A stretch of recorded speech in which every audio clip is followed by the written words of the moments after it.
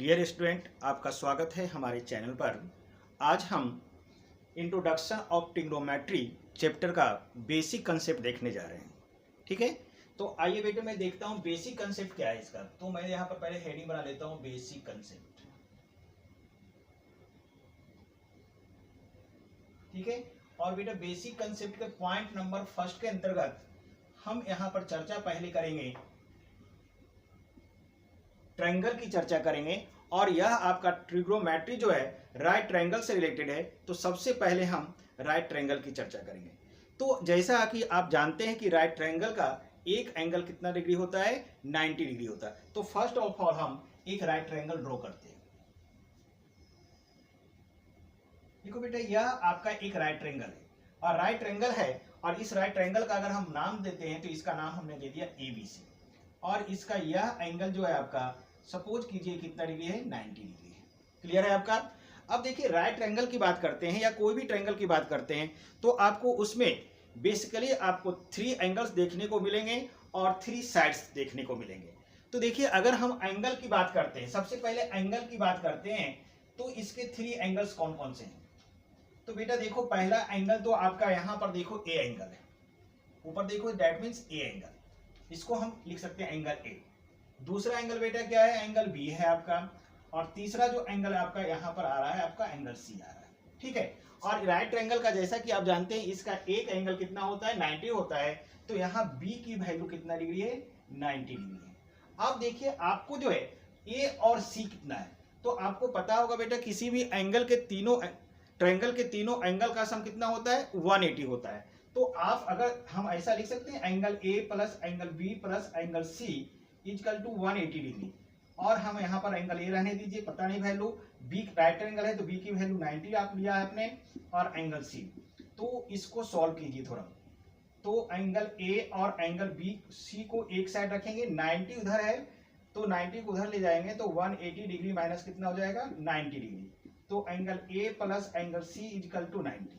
अब देखो बेटा, यहां पर एंगल ए और सी दोनों का सम कितना आ रहा है, 90 आ रहा है। तो दैट मीन्स हुआ कि ए का वैल्यू और बी का वैल्यू ऑब्वियसली कितना हो जाएगा, 90 से कम होगा। ए का भी वैल्यू भी 90 से कम होगा और सी का भी वैल्यू क्या होगा, 90 से कम होगा। तब तो दोनों को प्लस करेंगे तो 90 आएगा ना। और जिस एंगल का वैल्यू 90 से कम होता है उसको हम इक्विट एंगल कहते हैं। तो यहाँ पर किसी भी राइट एंगल में आप देखो, एक तो राइट एंगल हो गया, और यहाँ पर ए एंगल का वैल्यू 90 से कम है तो ए भी इक्विट एंगल है, और सी का वैल्यू भी 90 से कम है तो ए भी इक्विट एंगल है। तो बेटा आज दिन से याद रखना है मुझे कि राइट एंगल में एक एंगल 90 होता है और अदर 2 एंगल्स कैसे होते हैं, एंगल्स होते हैं इक्विट एंगल होते हैं। तो यहाँ पर एंगल ए और एंगल सी भी क्या है, आपका इक्विट एंगल है। ठीक है, अब इसी में हम आपको चर्चा करेंगे साइड्स की। अब बेटा देखो, साइड्स देखो, ट्रायंगल, यहाँ पर ट्रायंगल है तो इसमें भी कितने साइड्स हैं, 3 साइड्स हैं। कितने साइड्स हैं, 3 साइड्स हैं। और एक काफी इंपॉर्टेंट कंसेप्ट है आपका। अब देखो, यहां पर साइड्स की देखते हैं तो एक साइड आपका ए बी नजर आ रहा है, देखो। दूसरा साइड हमारा क्या नजर आ रहा है, BC आ रहा है। और तीसरा साइड हमारा क्या नजर आ रहा है, AC आ रहा है। तो किसी भी राइट ट्रायंगल में 3 साइड्स हैं, और तो तीनों साइड के अलग अलग बेटा नाम होते हैं। इसी में से एक साइड को हम हाइपोटेनस के नाम से जानते हैं, दूसरे साइड को परपेंडिकुलर के नाम से जानते हैं, और तीसरे साइड को जो है बेस के नाम से जानते हैं। तो आइए, साइड जो है कि 3 नाम है उसको देखते हैं। आपको पहला नाम क्या है बेटा, आपको हाइपोटेनस। और इस हाइपोटेनस को हम किससे रिप्रेजेंट करते हैं, एच से। दूसरा जो है आपका क्या हो जाएगा, परपेंडिकुलर।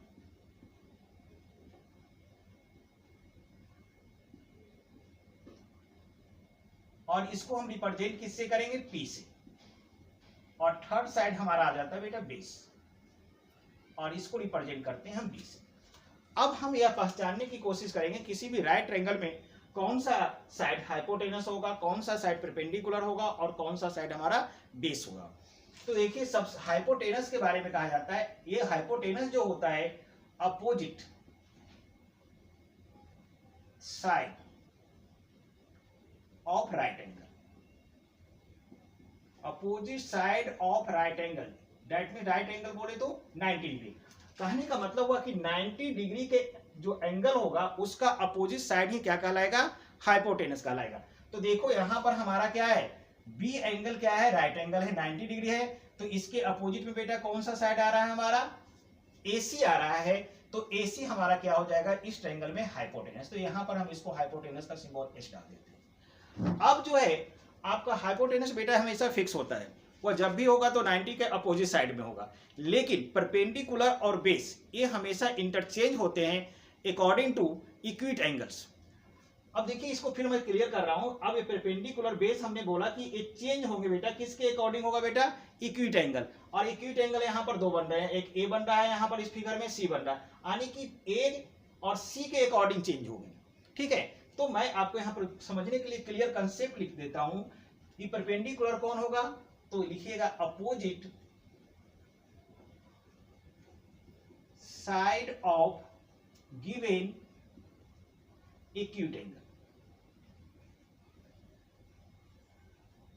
गिवन इक्विट, अगर कोई एक्यूट एंगल बेटा दे देता है तो उसका अपोजिट साइड ही गिवन इक्विट एंगल, यहां इसको पकड़ना है बेटा, इक्विट एंगल कैसा हुआ, गिवन, जिस इक्विट एंगल के बारे में पूछा जा रहा है क्वेश्चंस में उसका अपोजिट साइड ही क्या होगा, परपेंडिकुलर होगा।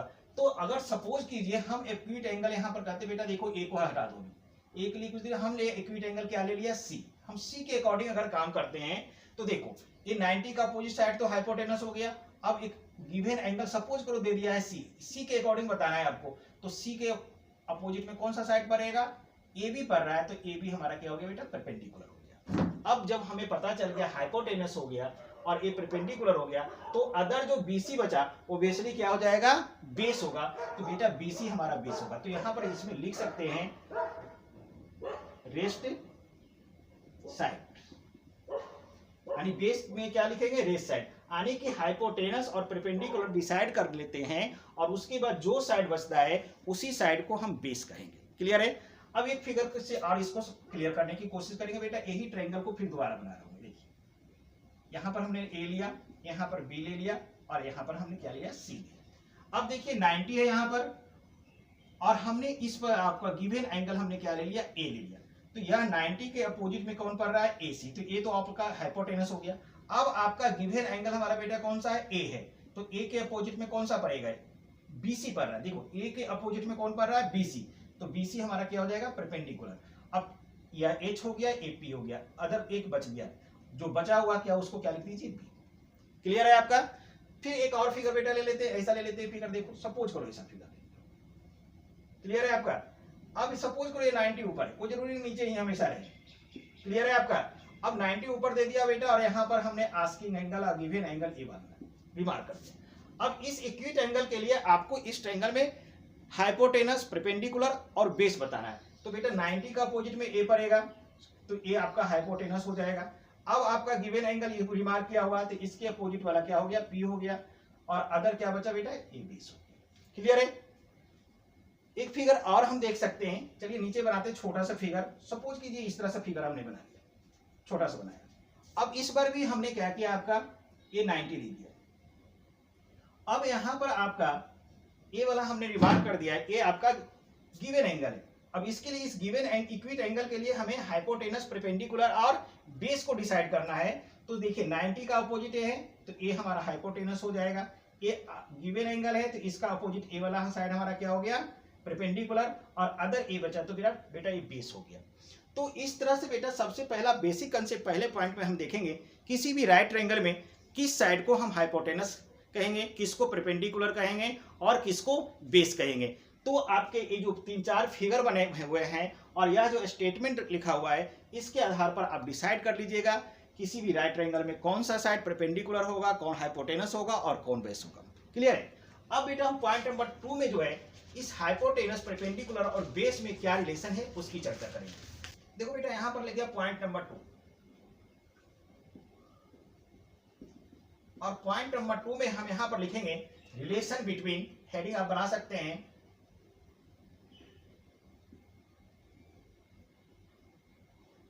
Between hypotenuse, perpendicular and base. इस तीनों के बीच के हम रिलेशन को जस्टिफाई करने की कोशिश करेंगे। देखिए बेटा, इसका जो परपेंडिकुलर, हाइपोटेनस और बेस के बीच का जो रिलेशनशिप है, उसके लिए एक थ्योरम आपको दिया गया है क्लास 10th में ही। वह थ्योरम है पाइथागोरस थ्योरम। तो यह पाइथागोरस थ्योरम के अकॉर्डिंग ये रिलेशन डिसाइड किया गया है। तो पाइथागोरस थ्योरम का क्या कहता है, कोई भी राइट ट्रायंगल है बेटा, तो किसी भी राइट ट्रायंगल में जो है ग्रेटर साइड का जो है स्क्वायर जो होता है अदर टू साइड के सम के बराबर होता है। और ग्रेटर साइड किसी भी राइट ट्रायंगल में कौन सा होता है, हाइपोटेनस। सपोज कीजिए यह को हम स्टेटमेंट नहीं लिख रहे हैं आपको, सिर्फ यहाँ पर फॉर्मूला हम बताएंगे आपको। यह बेटा राइट ट्रायंगल हो गया, और राइट ट्रायंगल में अगर ग्रेटर साइड की बात करते हैं तो देखिए यही ग्रेटर साइड है, और इसी ग्रेटर साइड को बेटा हम हाइपोटेनस कहते हैं। क्लियर है। और अदर टू साइड बचा, एक ए वाला साइड बचा और एक ए वाला साइड बचा, तो इसी में से एक परपेंडिकुलर हो गया, एक बेस हो गया। क्लियर है। अभी आपने देखा था, सपोज कीजिए परपेंडिकुलर है, बेस है, हालांकि इंटरचेंज होता मैंने अभी बताया, ठीक है। लेकिन जब कब इंटरचेंज होगा, जब कोई डिसाइडेड इक्विट एंगल दिया रहेगा तब, अदरवाइज नॉट। हम आपको इसको परपेंडिकुलर कर लिया, इसको हमने बेस नाम दे दिया। थ्योरम कहता है कि ग्रेटर साइड का स्क्वायर, तो ग्रेटर साइड बेटा कौन होता है राइट ट्रायंगल में, एच। तो हमारा एच की स्क्वायर यह जो होता है बेटा इक्वल होता है other two side. Other two side में क्या आ गया, एक परपेंडिकुलर और एक बेस है, इसका स्क्वायर कह रहा है थ्योरम कहता है। तो ये दोनों का स्क्वायर कर दीजिए बेटा, कर दिया। और इसका कह रहा है सम, तो सम कर दिया। तो आपका एक रिलेशन आ गया बेटा, आपको इसको याद रखना पड़ेगा। H square equal to P की स्क्वायर प्लस बी की स्क्वायर होगा आपका, ठीक है। अब यह मेन फार्मूला है बेटा, इसी से बहुत सारे फार्मूला ड्राइव हो गए। अब बेटा इसका अगर हम स्क्वायर रूट हटाएंगे, इसका क्या हटाते हैं, स्क्वायर। अब यहाँ देखो साइड में देखो, अगर X square equal to Y हो जाता है बेटा, तो यहाँ पर से स्क्वायर को हटा दीजिए, वो साइड ले जाएंगे, तो यह स्क्वायर उधर जाकर, ये पहले से वाई है, ये स्क्वायर जब उधर जाता है तो क्या बन जाता है, स्क्वायर रूट बन जाता है। यह स्क्वायर जब उधर जाएगा तो क्या बनेगा, स्क्वायर रूट। तो उसी तरह से यहाँ पर एच स्क्वायर है, तो एच को हम रोकना है और स्क्वायर को हटा के उधर ले जाना है। तो उधर पहले से क्या है, पी की स्क्वायर और बी के स्क्वायर है, तो यहाँ पर स्क्वायर हटाएंगे तो यहाँ पर बनेगा स्क्वायर रूट। तो आइडेंटिटी हमारा आ जाएगा H equal to square root P के स्क्वायर प्लस बी के स्क्वायर। अब इसी से बेटा थर्ड आइडेंटिटी निकाल लीजिए। हम पी स्क्वायर को रोकते, देखिए यहाँ पर आइए, आपका आइडेंटिटी है एच की स्क्वायर प्लस पी की स्क्वायर प्लस बी की स्क्वायर, यह मेन आइडेंटिटी है। अब देखिए इस यहाँ पर हमने पी स्क्वायर को रोका और बी स्क्वायर को इधर भेजिए, तो बी पहले से यहाँ पर क्या है आपका एच स्क्वायर, तो एच स्क्वायर लिख दो पहले। और ए प्लस में है तो आपको पता होगा जब हम अदर साइड ले जाते हैं तो साइन क्या होगा, चेंज होगा, ये प्लस इधर आके क्या हो जाएगा, माइनस बी स्क्वायर। और इसको हम सीधा करके लिख लेंगे बेटा, पी स्क्वायर इक्वल टू क्या लिख सकते हैं, एच की स्क्वायर माइनस बी की स्क्वायर। तो थर्ड आइडेंटिटी आपका आ जाएगा P square equal to H की स्क्वायर माइनस बी की स्क्वायर। Clear cut. अब उसी तरह से अगर हम क्या करते हैं, इसका बेटा स्क्वायर हटा देंगे तब क्या होगा, तो p इक्वल टू हमें क्या मिलेगा, इधर आके क्या बनेगा, स्क्वायर रूट। आइडेंटिटी हो जाएगा h की स्क्वायर माइनस b की स्क्वायर। क्लियर है बेटा। उसी तरह से अब इस बार क्या निकालेंगे, रोकेंगे b को। देखो मेन आइडेंटिटी है h square equal to P square plus B square. अब हम क्या करेंगे, b स्क्वायर को रोक लेंगे, तो इधर पहले से क्या है h स्क्वायर, तो चलो इसको इधर लेना है, ठीक है ना, इधर रोको b स्क्वायर को रोक लिया, इधर पहले से h स्क्वायर डाला। अब आपको पी स्क्वायर इधर लाना, तो कोई साइन आगे नहीं तो प्लस, ये प्लस वाला जब इधर आएगा तो माइनस। तो आइडेंटिटी क्या बना बेटा, B square equal to H की स्क्वायर माइनस पी की स्क्वायर। तो यहाँ पर हम फिफ्थ फार्मूला लिख देंगे, B square equal to H की स्क्वायर माइनस पी के स्क्वायर। अब इसका जब स्क्वायर रूट हटाएंगे, बी इक्वल टू तो क्या होगा, H square minus P square, और ये दो हटेगा तो इधर आगे क्या होगा, स्क्वायर रूट हो जाएगा। क्लियर है। तो ये बेटा टोटल 6 आइडेंटिटी है, ये काफी इंपॉर्टेंट है, जिसको एक्सरसाइज जो है आपका 8 पॉइंट जब बनाएंगे तो वहां पर इस आइडेंटिटी का हम यूज करेंगे। तो ये पॉइंट हमारा बेसिक कंसेप्ट के पॉइंट नंबर 2 को देखा। अब बेसिक कंसेप्ट का पॉइंट नंबर 3 हम देखने जा रहे हैं। यहाँ पर पॉइंट नंबर 3 है बेसिक कंसेप्ट का, और पॉइंट नंबर 3 में हम देखेंगे ट्रिग्नोमेट्रिक रेशियो।